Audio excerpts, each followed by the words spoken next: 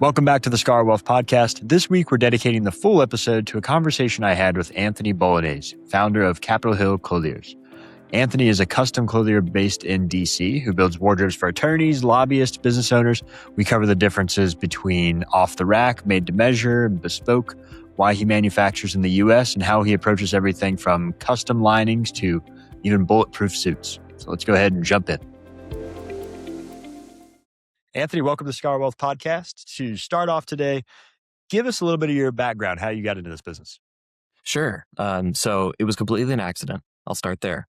I used to do video production and editing for a website called gentlemansgazette.com. And through the process of editing, 40, 50 hours a week of menswear videos while in my sweatpants and hoodie in my bedroom, I kind of learned a whole bunch about menswear and really had an inkling, an itch for it, but really had no way to flex it because I lived in rural North Carolina. There was no reason for me to be out there wearing a suit. So then when I moved to the DC area, I realized, there's people out here wearing suits. I should be one of those. So I started to get into the traditional retail side of things, just got a normal job doing suit sales, got good at the sales portion and good at the custom portion, but I didn't like what I was selling because it wasn't true custom. It wasn't really even true made to measure. It was just an overinflated price for the sake of the overhead of that company. And around the same time I started to get jaded with that product, I started to network my way around the DC area, found a lot of the menswear bloggers and influencers and business owners, and got introduced to a manufacturer out of Salt Lake City. And it kind of took off from there. So decided to leave full-time with this other company. And as almost a side project, start Capitol Hill Clothiers. Just as hey, I'm going to be out doing stuff anyway, going to events, meeting people. I might as well represent myself well with something that, my company makes. And also, hey, if you happen to be in the market, I can help you there. And it's grown from that kind of side project to my absolute full-time. This is what I do. I am a custom clothier, and I wouldn't have it any other way. That's great. Love the story on that one. And because we're going to talk a lot about suits today and the work you do. Give us the background, maybe set the stage at the beginning of going from what you do to off the rack, where the range is there. Because you mentioned like made to measure versus off the rack, completely bespoke. What does that look like or where can people find comparisons there? So off the rack is just what it sounds like. It's a garment that's pre-made, ready to wear off the rack. And RTW and OTR are both the acronyms that the industry will use for that, like off the rack, ready to wear. You grab it, you put it on, and most people just leave it right there. Most people don't even bother to get their off the rack stuff tailored, which you need to. Unless you're one of the few people that fit into the model size and you're truly a perfect fit off the rack, which is an exceedingly rare position to be in and a lucky position if you happen to be. You need to go get your stuff tailored. That is the best thing that you can do at the lowest end. One step up from that is made to measure. So these companies will take a kind of pre-sized garment, say that I'm, a 38 regular. They will put a 38 regular garment on you and kind of pre-alter, like, okay, this is how long your sleeve should be. This is how wide you want your lapel. There's ranges of made to measure based on the company and how much production capability and customization capability they have. But at its core, it still starts with a stock size that they then pre-tailor and build to the rest of your specifications. So you can't really adjust the shoulder. You can't really adjust the chest. So if you happen to be a larger size or an exceedingly small size or have, more hunched over posture or are more athletic, like there's a lot of different caveats that made to measure is probably not right for you. Then there is sort of a bridge with semi-bespoke, where it's not quite made to measure and it's not quite true bespoke, in that there's a trial garment that does have all of the bells and whistles possible. There's a lot of opportunity to adjust all of the seams, but it's not from scratch laying a piece of fabric on you and building around your body the entire time. And then true bespoke is just that. You go in for multiple fittings, you go in and, try on just the basted garment, which is canvas for the most part, and get a feel for where every single seam needs to be. And there are those multiple fittings to make sure that as the suit is made around your body, it's dialed in as much as it possibly can be. Great. So when you talk about dialing that in, how does somebody start typically when working with you? Because I know you offer a variety of services, and one of the services, full custom, would come in, take out the closet, replace the closet with everything custom. Is Yeah. that typical, or is it more typical somebody comes in for one or two suits? And then if that were the case, those one or two suits, what do you recommend for those first one or two custom garments that you're putting into the wardrobe? So most people do come in, and I say come in the more traditional sense. I go to them. Yes. It saves me the overhead, and it's just more fun for me that way. But for the sake of the conversation, they come in looking for, most of the time, just a single suit or a couple suits to replace either stuff that's been old or outdated or whatever in their wardrobe. My favorite clients, though, are the ones that want everything from scratch. Like, I'm sick of wearing off the rack. I'm sick of my old boilerplate custom stuff. I want a full custom wardrobe. And sometimes they have a vision for it, but most of the time they just want me to kind of go hog wild and, go through the fabrics with them, go through all the design options, and just create them a new personality via their wardrobe, which is a lot of fun. Unfortunately, that is the less common client that I get. Most of it is, it's DC. I need stuff for work, but it's always a gift when I get to work with someone who has that mission of, I want to dress better. I want to be intentional about how I, put my wardrobe together and what I wear. And I am honored to be trusted with that when I am. Do you see a difference from where your clients are? Obviously, I imagine majority of your clients in the DC area, but with those traveling in, is there a different type of suit that you typically see somebody from New York or from LA or Miami or DC, especially with your background of being one to know about these different areas?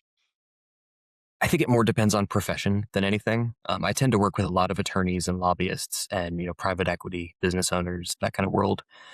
As it pertains to work suits, most of the time it's pretty conservative. But like I said, when I get to work with those people that, want to dress well because they like to dress well, they are a little bit more informed and therefore a little bit more willing to go out on a limb and wear even a slightly off standard color.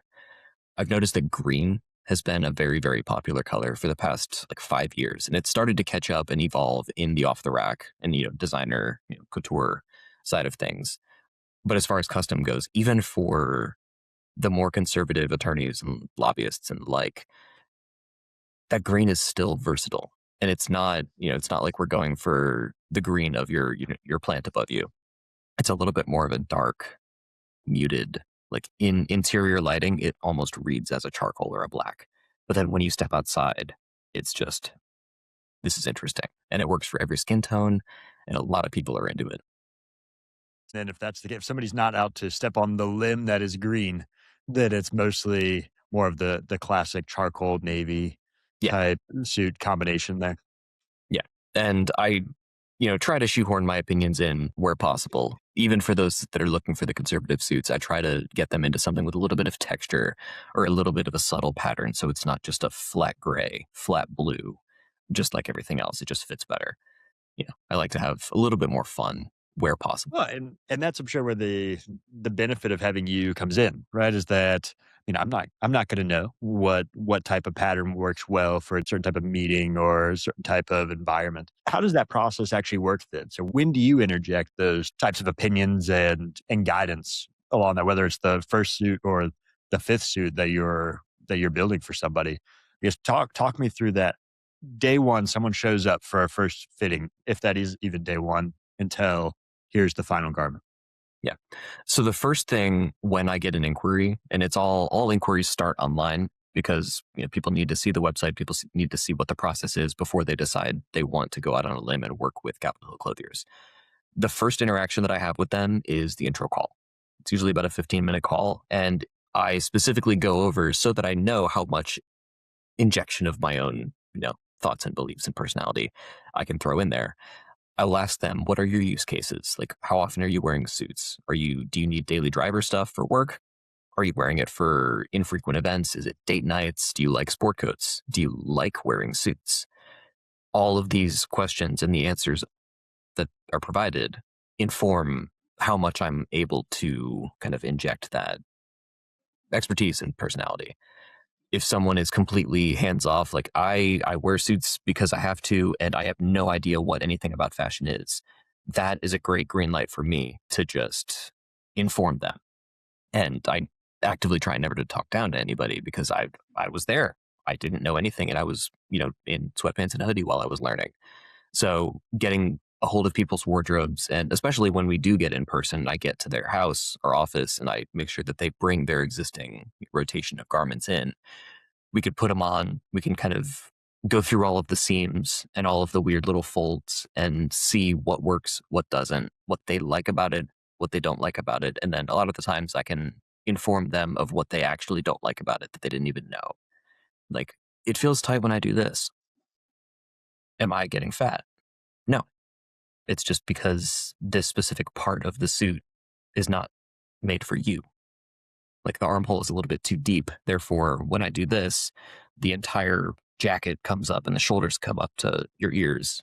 Like, there's a lot of little things that have synergy across this whole garment, and a lot of people don't know it. So informing them in person is a lot of fun. But when I get to answer your question directly, when I first start injecting, that is when I've learned enough about them to know what I can do that they'll be comfortable with. Gotcha. And is that, you said multiple fittings, so typically 2-3 times you're doing fittings, or is it really Yeah. you're able to take the measurements and build something out from there? It depends on the person. I would say most people is 2 to 3 fittings. Sometimes it's just a absolute slam dunk first time and we're good to go. But the first fitting is, putting cloth on them and seeing what they like, getting all of their body measurements, doing mock-up measurements for their tolerances. So between the skin measurement and the final garment measurement, so how much fabric this is, based on their preferences and their existing wardrobe and their shape. So that's number one. The second fitting is, for the most part, a completed garment that we put on them. And then from there, I can either take measurements for alterations and adjust their pattern and profile accordingly, or we build another garment of a different profile, like fit profile, just to see if they like it. So I defer to the client a lot based on what they're comfortable with, but I will also still inject my expertise and knowledge of, garments to make sure that it actually fits. And you mentioned that, so you make these in Salt Lake City, same manufacturer that you've had when you started? Yeah, so I still have the manufacturer that I work with in Salt Lake City. I also work with one in Rochester, and then all of my Bulletproof garments are done in Connecticut.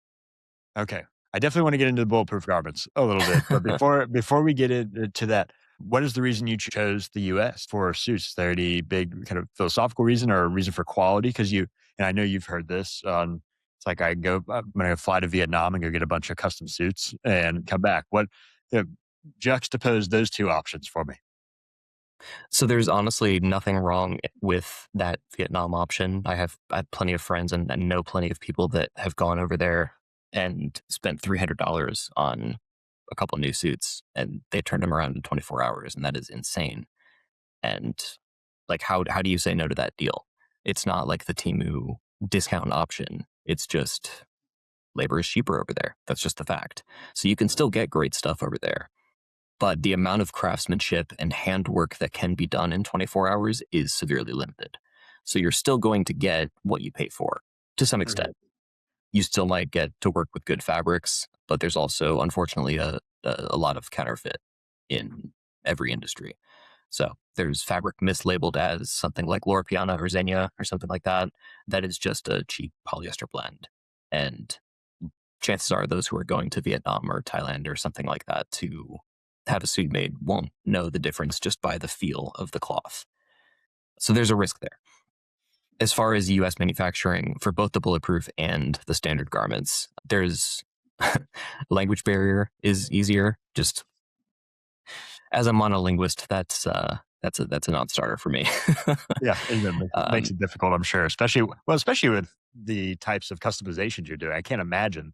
It's not like you're placing an order and trying to just figure out how many a quantity is. Mhm. The amount of detail that would be going into that is, I imagine, going to be difficult to, even in the US, transferring that from doing a fitting to actual creation of a garment. Yeah. And the more custom you get something, and I'm working on 2 clients' garments right now. One, I'm doing a custom cape for them in conjunction with their suit. And the other, I'm doing a vest with a fully sheer back with a floral, like delicate floral applique on it. that would be impossible Yeah, I can't to try to imagine. Yeah. logisticize. So I'm there. I'm marking out and cutting the pattern myself, and then you know sending it out Yeah. to be done. Where does one wear a cape? Where's the So this one's for a wedding, okay? and it's a very anime inspired cape. It's actually I'm super excited about it. Actually, she also might be getting a sword to go with it. I don't do custom swords. That might be a new venture in the coming years, but we will see. But yeah, she sent me a whole bunch of reference images Okay. of, I want this side exposed so that I can, dance unrestricted, but I want this side cloaked with kind of overlapping cape fabric so that I can sheath and draw my sword. I'm like, I love this. This is so not the traditional DC suit, and I'm all about it. Let's make it happen. Yeah. That's so I guess related to that when you're talking maybe not as much the swords, but the bullets. What made you get into bulletproof suits or that is an option? Did that come as something that you wanted to add and then other people were drawn to it or a request that you're receiving that you fit that need for? So it was a little bit of both. The United Healthcare CEO being shot Yep.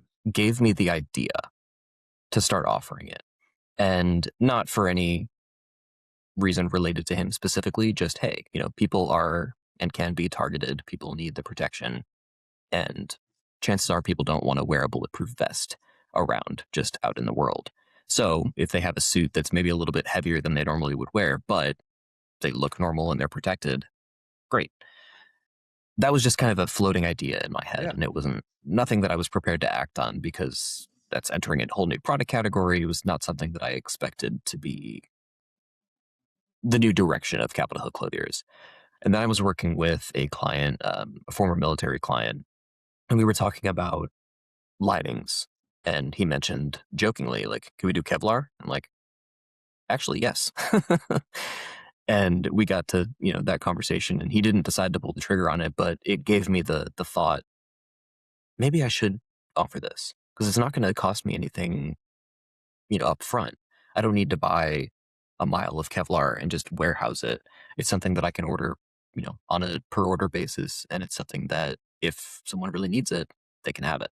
So there are a couple clients that I can't speak about, but that Right. are absolutely the type of people that need that level of protection, domestically and abroad. And luckily it has not been put to the test, uh, in the sense that they have not been shot at. But to put anyone listening at ease, it has been put to the test as far as like the Kevlar rating and Yeah. proof of it actually doing what it says it does. So how does that I guess give me an idea of weight wise different from a comfort perspective. If I have a suit with and without Kevlar, is it noticeably heavier where I'm Yeah, putting out where I'm not gonna wear this jacket all day, but it's good to throw on? Or maybe you have 2 jackets, one where you're more out in public and one that you're gonna be in the office? Is that yeah, typically how that's structured? it's definitely heavier. I know we're looking at each other online, but you're what, like a 42? Yeah. Okay. So for someone your size, it would probably be about 8 or 9 pounds of Kevlar built Oh, in. wow. Yeah. And the reason that I do the following is because of that. Everything is removable. So the Kevlar panels, one, need to be washed, like taken out, and they can't be dry cleaned. So you need to be able to take them Okay. out, clean the panels, clean the jacket without either of those interfering with each other. But that also, just as a happy byproduct, makes it so that you can wear the jacket without protection and nobody can tell the difference. So if you just need, like, you're going somewhere, there's absolutely no chance you're at risk, then you can just take the panels out, wear it. It's going to fit a little bit looser because of that extra tolerance, but not in a way that's going to be a problem. And then if you find yourself going into a possible threat situation, you can put them back in and it will add 8 or 9 pounds probably. But it's something that it's either that or, not be bulletproof. Yeah, exactly. Yeah. And that kind of opens up another area I was wondering about is the linings just in general. Right? I know you're Mhm. talking about the Kevlar linings, but a lot of the suits you're making, the custom linings that are awesome. How do you balance having a suit that you could have for kind of daily wear suit that's going to be your charcoals and your blues And then matching that to a lining. Do you see a lot of people going a little bit more adventurous in the lining then? Or is it more of a custom lining tends to fit more of the more unique colors for the suit? That is where I am probably the most flagrant in my suggestion of injecting personality. Because even for the most conservative standard Navy suit, I'm still going to heavily recommend that we do something directly related to you in the lining. Like, it's a custom suit. Why not make it fully custom? Like, you could do a light blue paisley lining if you want, but wouldn't you rather do a collage of your favorite albums, or a collage of photos, or literally anything? I've done I've done some crazy stuff on the inside of jackets before, and it is surprisingly difficult to get some people to jump off that bridge because of their concern for the, I don't want to say lack of formality, but the less conservative nature of something custom. But Yeah. because I'm designing it from scratch in Photoshop or Illustrator myself, I can make it blend in nicely. Like, for the client that I have that's doing the mesh back floral applique vest, it's a white suit, and she has a thing for elephants, so she wanted to put elephants in there. But her mom and her sister were both like, "Whoa, that's going to be too much. Like, this needs to be a classic suit.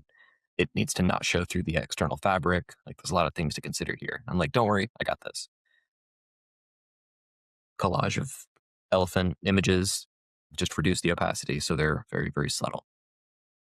And now she's got, you know, her elephants on the inside, and they don't bleed through, and they're not super loud. I've done that for a bunch of different things, and some of the most popular stuff is actually patent drawings. So taking Oh, yeah. public patent designs and cutting those out and overlaying them into a collage. And I've done them for weapons. I've done them for F1 cars. I've done them for watch movements. I've done them for, I mean, you name it. There's a patent for it.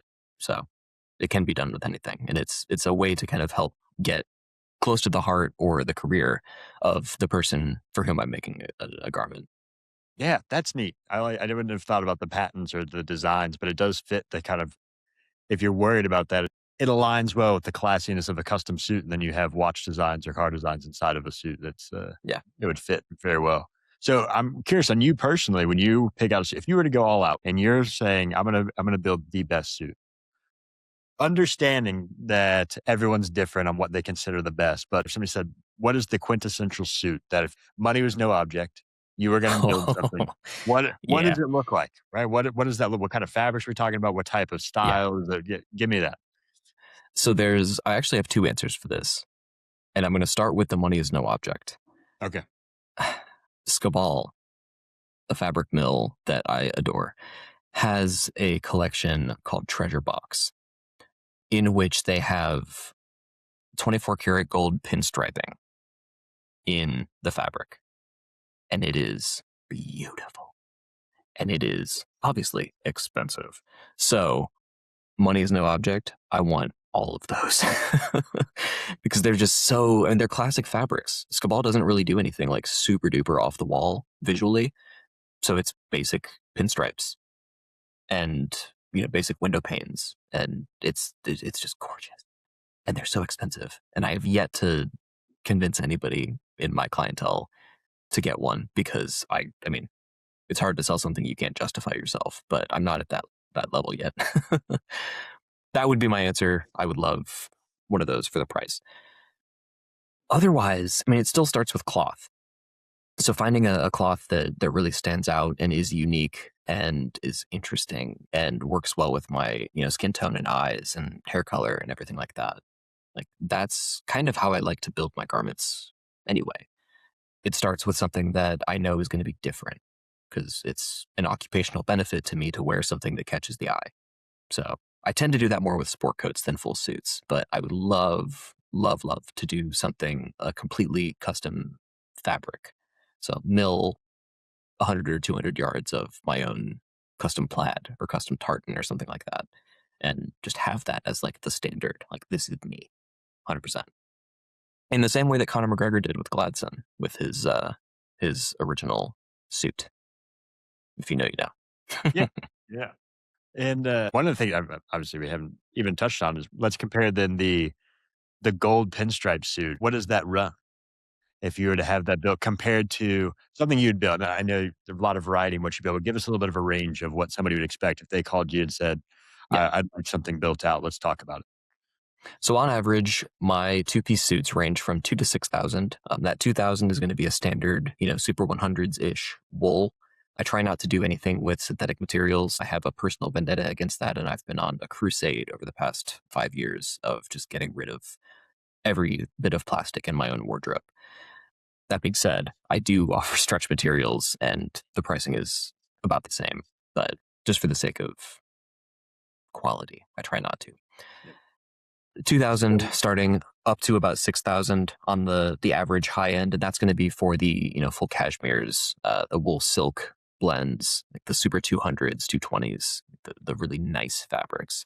And then there's a big gap, and then you get to the 24 karat gold pinstripe, which I would sell for 25,000 for a two-piece, and then all the way at the top is a pure Vicuña fabric, which would be 40 to 45,000, depending on the source. What would cause that to be more expensive than a gold pinstripe suit, fabric-wise? Vicuña fabric is insane. I wrote a style guide about it on my website, just detailing what Vicuña is and why it's so expensive. And it's one of the rarest fibers in the world. The yield from each of the animals is so small. So you need a massive flock, a massive operation to just get enough fiber to make 1 yard of the fabric. It's amazingly soft. I don't remember the exact quote, but something like double the softness of cashmere, like impossibly soft. Wow. Gold is everywhere. Vicuña is not. Yeah, that's true. Yeah, that makes perfect sense. So I guess anything that you would look at, and as we kind of wrap up today, as someone listening to this say, you know what, this is something I've been thinking about or I've heard about it, but I want to get into this. Give me like top tip here, one or two things that you would look at and say, this is what you should know before you go down the street, go get you a custom suit. Yeah. I think custom means a lot of things to a lot of people. And I know a lot of the industry has also helped to obfuscate what custom means, same as what bespoke means. Leonard Logsdale, based out of London and New York, he's a true full Savile Row bespoke tailor. And he does, what I mentioned earlier, like from scratch, built on the body, 100% bespoke. And I actually saw just yesterday him speaking about the definition of bespoke being changed and that being set as a legal precedent because Savile Row tailors got upset justifiably at made-to-measure tailors using the word bespoke, and they sued them over this fact. And the Savile Row tailors lost this lawsuit because of the verbiage used. So to bespeak something is to commission something, basically. So a client comes in and says, I bespeak of you a suit. Bespoke is just an iteration of that word. So regardless of whether it's handmade and hand built on the body or a made-to-measure suit, if you bespeak a suit of somebody, technically you can legally call that bespoke. So true bespoke is Savile Row bespoke. That's kind of the new parlance that has been associated with it. Knowing what custom actually means to you and setting your expectations accordingly as to what you're going to get out of it is the best thing you can do before making a decision. So you can go to Indochino and get a $300 custom suit, or you could fly to Thailand and get functionally a $100 custom suit. You just got to know what you're in for. So do your research on who's manufacturing it, do your research on what the value proposition is and what the customization options are and what actually matters to you. Because if you're a rail thin person, chances are you're not going to need as much of that real, true, handmade custom unless you really want it. If you are a more athletic build or a more portly build, then chances are, you're not really much of an off-the-rack fit. So you're going to need that next level of handwork to get it to where it actually properly fits you and you're comfortable and you look good. Gotcha. That makes perfect sense. I love the research and the background there. I hope this will be helpful to those looking for this as well. So I appreciate you coming on. Enjoyed it. Of course. Thank you for having me. That's our show. Thanks for listening, and we'll see you next week. The information provided in this podcast is for general informational and educational purposes only and is not intended to constitute financial, investment, or other professional advice. The opinions expressed are those of the hosts and guests and do not necessarily reflect the views of any affiliated organizations. Investing in financial markets involves risk, including the potential loss of principal. Past performance is not indicative of future results. Before making any investment decisions, you should consult with a qualified financial advisor who can assess your individual financial situation, objectives, and risk tolerance. Thanks for listening.